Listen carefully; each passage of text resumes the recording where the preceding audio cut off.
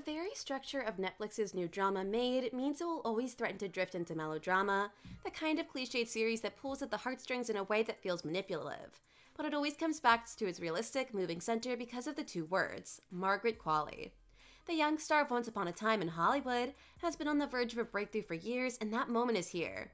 This is the kind of revelatory, phenomenal performance that should run through award seasons, much like The Queen's Gambit did from around this time last year, through its recent Emmy wins. Qualley is grounded and brilliant, finding grace notes of beauty that center everything around her in the series that we suspect will garner a loyal, tear-filled audience. Those tears are earned. Welcome to Story Recap. Today I will show you a series from 2021 named Made. Be aware, spoilers ahead. So sit back, relax, and enjoy. Made opens with the sound of breathing. When the camera finally flickers on, we hone in on our protagonist, a wide-eyed young woman named Alex. She scoops up her daughter Maddie within the middle of the night, sidesteps broken glass shattered on the ground, and takes off in her car, far away from abusive partner, Sean. With vital insight into Alex, Episode 1 provides the perfect amount of family background. This not only allows a clear understanding of Alex's situation, but warrants enough interest to hold on to watching. This anxiety-inducing opener soon paves way for what's easily one among Netflix's best new originals this year. While the story is not without controversies and a few loudly bows of Deux Machina, it's easy to see past that with such a profound message and story.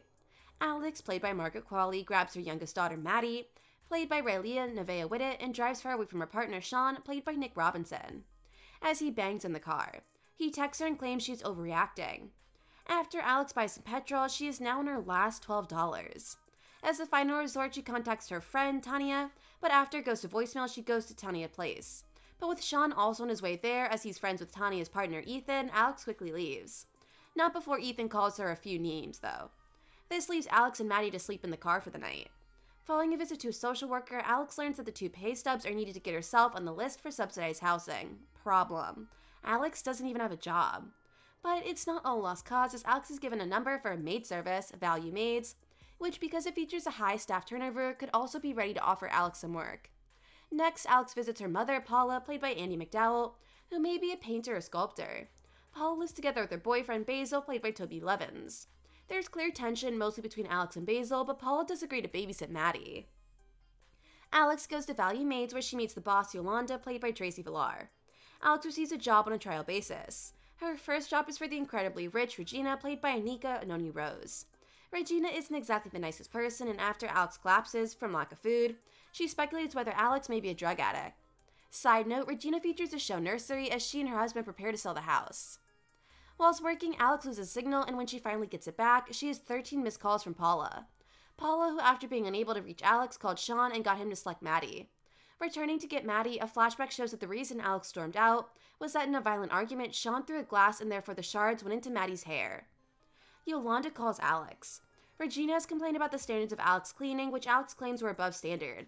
As Alex drives, Maddie drops her doll out of the car window. To calm Maddie down, Alex pulls over and looks for it. But a teen driver crashes into Alex's car. Maddie isn't injured, but Alex gets a ticket for illegal parking. With the car ruined and nowhere else to travel, Alex calls her estranged father, Hank, played by Billy Burke. Here marks the last time we saw her and Maddie. Maddie was still in diapers. Unable to ask her home, he drops her off at the ferry point. This is a show that's not shy about shining the spotlight on the uglier side of society, a part of that a lot of upper class turn away from, refuse to see at, or just don't realize. The spotlight here shines on the uncomfortable truth about mental health, the cycle of abuse, and the absolutely broken welfare system. As mentioned before, the show centers on Alex, who finds herself eking out of life and trying to pick herself off the ground as a victim of abuse. This lucky break comes in this sort of temporary housing and a job working for Value Maids, a budget maid cleaning service.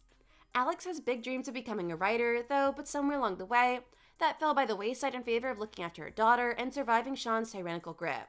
And survival is the name of the sport here. Ultimately, this 10-episode series depicts Alex's struggle to gain independence and her sense of self back again from a man who seems okay on the surface, but hides a dark and nasty past.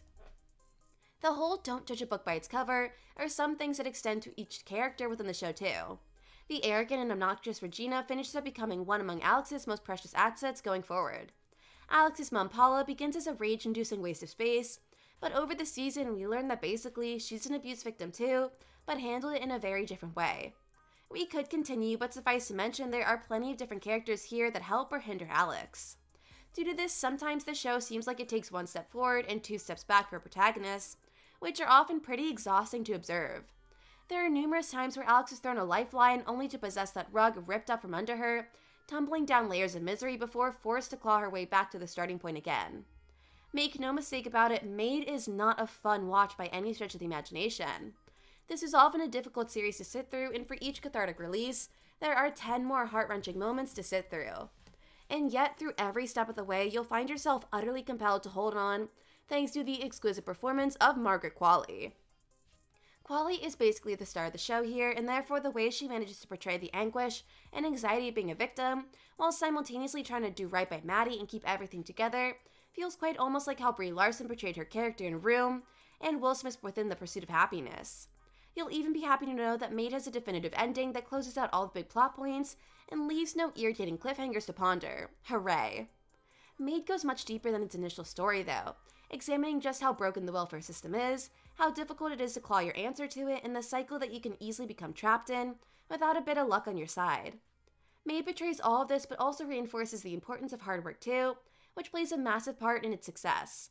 As a good example of this, Maid spent a whole lot of episodes tackling the CBRA situation, and the way many landlords sniff at this and refuse a perfectly good tenant. It's not until the near the episode, after so many slam doors in their face, that Alex manages to catch a lucky break through sheer persistence and hard work. Maid really struck a chord due to the way it spins these issues in a believable way. As someone who was on the verge of being made homeless, dealt with extreme mold that made my son desperately ill, and lived on the edge, forced into choosing between filling my gas or filling my fridge, Maid nails that same feeling of dread and overwhelming stress that many others during this situation feel. Maid improves as Qualley and the rest of the supporting cast are allowed to reveal the layers of this character drama. At first, it can seem like the show that it becomes avoiding, sometimes leaning into some dialogue and narrative cliches about poverty in those first couple episodes. The fact that Meltzer, Qualley, and company subvert the tropes that they get close to during those first few episodes, or it makes it such a strong show overall. It really won me over around episode 5 as Alex ends up cleaning the home of a notorious burglar and ends up drawing parallels from his past to hers, along with what it says about the struggles of her present. We also loved how much the show often employs an episodic structure, telling one continuous story but also providing hours that stand out in their own way, like Chapter 5. More shows need to ditch the divided movie form and embrace episodic television. It works. Maid is quite simply outstanding.